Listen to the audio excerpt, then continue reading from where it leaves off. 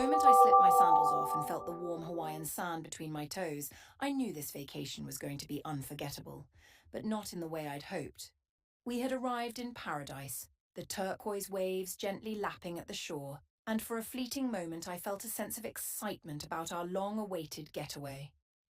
My husband, Mark, had promised me this trip would rekindle our romance. Yet, as we settled into our beachside cabana, I sensed an underlying tension that I couldn't quite shake off. The first evening, I caught a glimpse of Mark's phone lighting up with notifications. He'd been unusually secretive, slipping away under the guise of grabbing drinks while I basked in the sunset glow. I brushed it off as paranoia, convincing myself that I was simply overthinking things. After all, we were in Hawaii, a place where love was supposed to flourish. The next day, while I lounged by the pool, I noticed him whispering into his phone, his face taut with concentration. My heart sank as I watched him glance around, his eyes darting to ensure I wasn't nearby. I tried to focus on the sound of the waves, the laughter of other couples around me, but the knot in my stomach tightened. That night, I decided to confront him. As we sat at a beachfront restaurant, candlelight flickering between us, I asked him directly about the calls.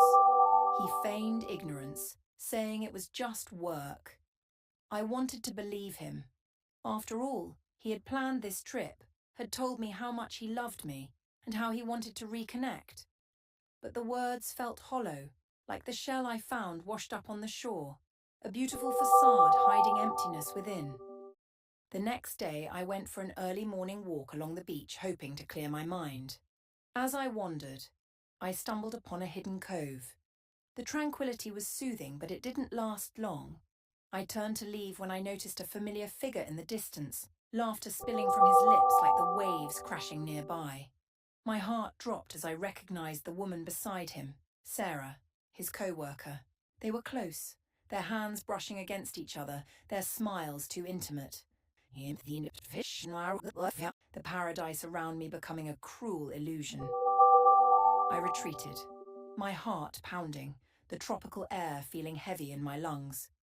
They were close, their hands brushing against each other, their smiles too intimate.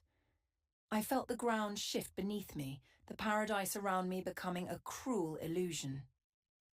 I retreated, my heart pounding, the tropical air feeling heavy in my lungs. That night, I stood on our balcony, the moonlight reflecting off the ocean like shards of glass.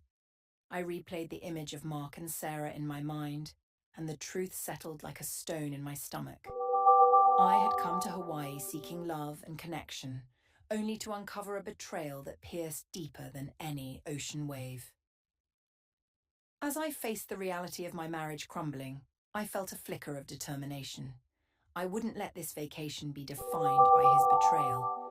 I would take back my power, even if it meant facing the painful truth. I closed my eyes, letting the sound of the waves drown out my fears. Tomorrow, I would find my own way forward, no matter how hard the journey would be. In that moment, standing on the edge of despair, I realized I was stronger than the deceit that had unfolded. Hawaii was still beautiful, and maybe, just maybe, I could find a new beginning amidst the heartbreak.